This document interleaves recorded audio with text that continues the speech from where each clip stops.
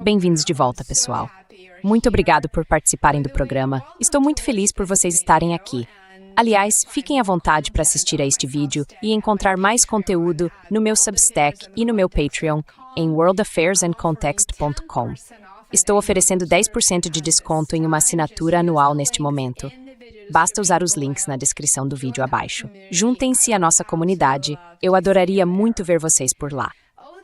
Na última década, o crédito privado cresceu silenciosamente até se tornar um dos setores de crescimento mais rápido do mundo financeiro. Os gestores de ativos prometeram aos investidores algo extremamente atraente, e esse algo eram rendimentos mais altos do que os dos títulos tradicionais, renda estável e diversificação em relação aos mercados públicos voláteis.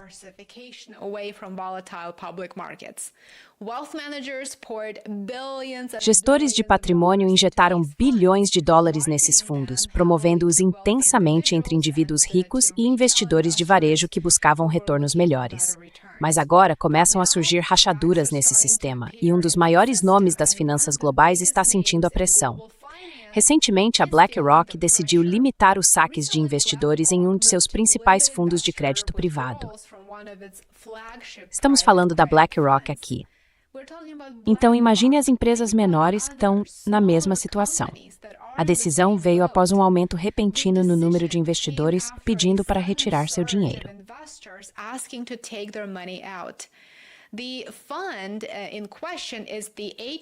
O fundo em questão é o HBS Corporate Lending Fund, um veículo gigantesco que administra cerca de 26 bilhões de dólares em ativos. Somente no primeiro trimestre, os investidores solicitaram cerca de 1,2 bilhão de dólares em resgates. 1,2 bilhão. Pense nisso. Isso representa aproximadamente 9,3% do valor total do fundo.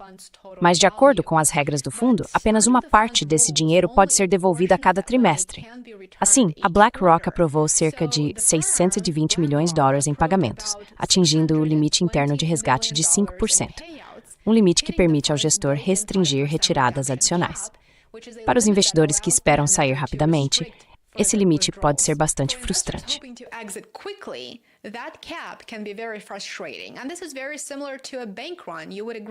E isso é muito parecido com uma corrida bancária, você concordaria? Mas, para o próprio fundo, essa restrição existe por um motivo muito simples. Os empréstimos dentro dessa carteira não são somente vendidos, eles não são facilmente negociados. Diferente de ações ou títulos negociados publicamente, os fundos de crédito privado investem em empréstimos feitos diretamente a empresas. Esses empréstimos geralmente permanecem nos livros por anos e raramente são negociados em mercados abertos. Então, quando os investidores de repente querem seu dinheiro de volta, o gestor nem sempre consegue vender os ativos rápido o suficiente para atender a esses pedidos sem incorrer em perdas significativas. Eles não vão aceitar uma perda.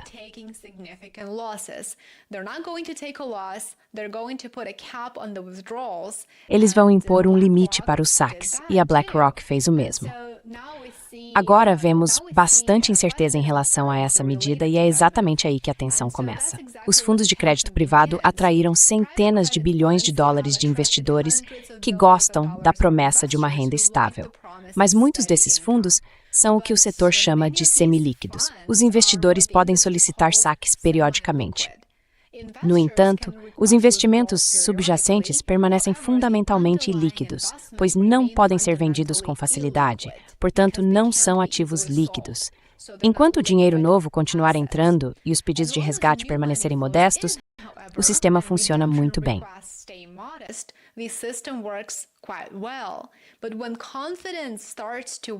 Mas quando a confiança começa a vacilar, e lembre-se, tudo isso se resume à confiança, quando os riscos aumentam, o descompasso de liquidez se torna dolorosamente evidente. E é exatamente isso que estamos vendo agora. A oscilação pode já estar acontecendo. E não está apenas acontecendo, está se intensificando. A notícia sobre os limites de resgate da BlackRock abalou os mercados. As ações da BlackRock caíram acentuadamente, e o impacto se espalhou por todo o setor de ativos alternativos. Empresas fortemente envolvidas em crédito privado, incluindo KKR e Blue Owl Capital, também viram o preço de suas ações cair mais de 5%, à medida que os investidores reavaliavam os riscos do setor. É claro que o ceticismo repentino não surgiu do nada.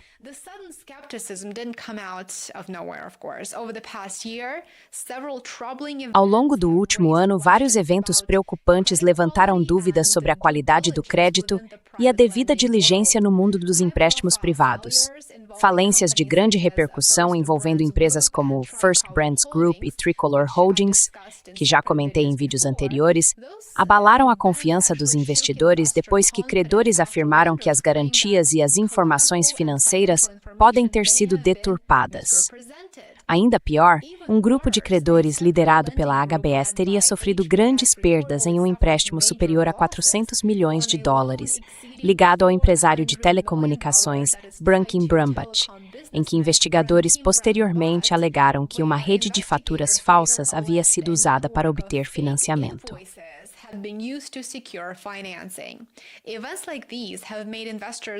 Eventos como esses deixaram os investidores muito inquietos sobre o quão cuidadosamente alguns empréstimos privados foram realmente avaliados durante os anos de bonança. E se mesmo uma fração desses empréstimos for ruim, então é claro que isso é apenas uma bolha prestes a estourar. Os alertas de grandes líderes financeiros também não ajudaram a acalmar os ânimos. No ano passado, Jamie Dimon, diretor executivo do JP Morgan Chase, fez uma avaliação bastante direta dos riscos que vinham se acumulando nos mercados de crédito privado.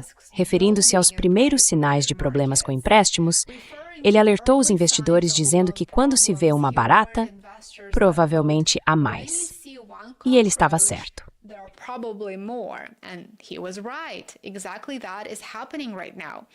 Exatamente. É isso que está acontecendo agora. Em outras palavras, inadimplências isoladas podem ser os primeiros sinais de problemas mais profundos, e esses problemas estão começando a se desenrolar. Enquanto isso, outras empresas estão tomando suas próprias medidas para lidar com a pressão de resgates. O maior fundo de crédito privado do setor, administrado pela Blackstone, enfrentou recentemente pedidos de saque que se aproximavam de 8% de seus ativos. Em vez de impor limites rigorosos, a empresa optou por atender a todos os pedidos de resgate e ainda comprometeu 400 milhões de dólares de seu próprio capital para ajudar a suprir a demanda dos investidores. Mas nem todo gestor tem essa flexibilidade. A Blackstone fez isso para evitar causar pânico.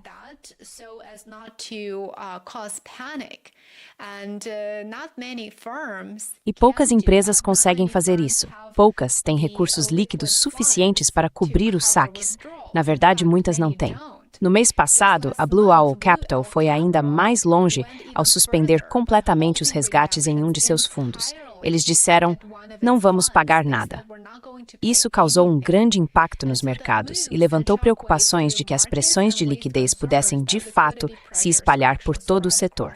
No centro do debate está uma questão fundamental. O setor de crédito privado consegue lidar com retiradas sustentadas de investidores? Esses fundos, em conjunto, detêm trilhões de dólares em empréstimos que raramente mudam de mãos.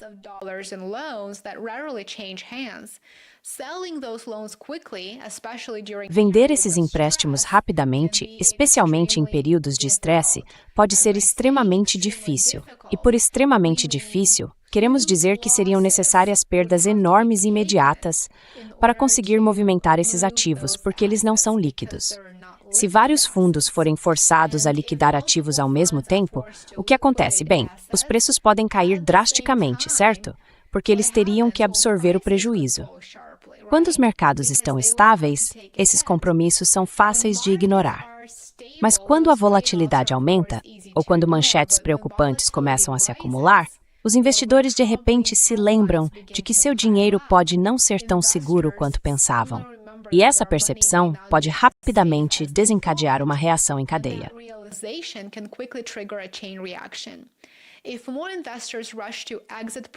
Se mais investidores correrem para sair dos fundos de crédito privado, os gestores poderão depender cada vez mais de limites de resgate, atrasos nos pagamentos ou vendas de ativos para manter a estabilidade. O crédito privado cresceu para um mercado de aproximadamente 3 trilhões de dólares e se tornou uma das tendências financeiras mais marcantes da era pós-crise financeira. Os bancos recuaram do crédito corporativo após novas regulamentações, e os fundos privados entraram em cena para preencher essa lacuna. Por um tempo, essa mudança parecia uma vitória para todos os envolvidos. As empresas obtiveram financiamento, os investidores receberam rendimentos mais altos, estavam satisfeitos com seus retornos e os gestores de ativos ganharam taxas enormes. Assim, todas as partes estavam bastante contentes. Mas como mostra a atual pressão por resgates, esse sistema pode estar prestes a enfrentar seu maior teste até agora.